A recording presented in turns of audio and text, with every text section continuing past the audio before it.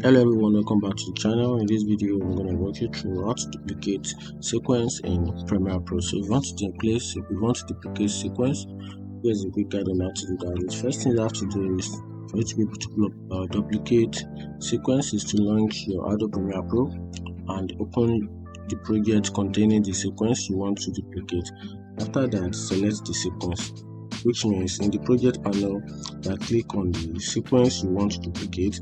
From the context menu, select View in Project to highlight the sequence, and after that, right click on the highlighted sequence again and choose Duplicate from the context menu.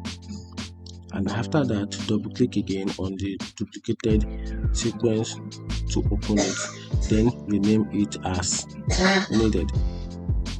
Make any necessary edit or adjustment to the duplicate sequence without affecting the original. And after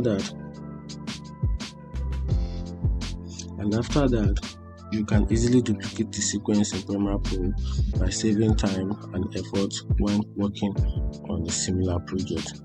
And that's how to duplicate sequence in Premiere Pro.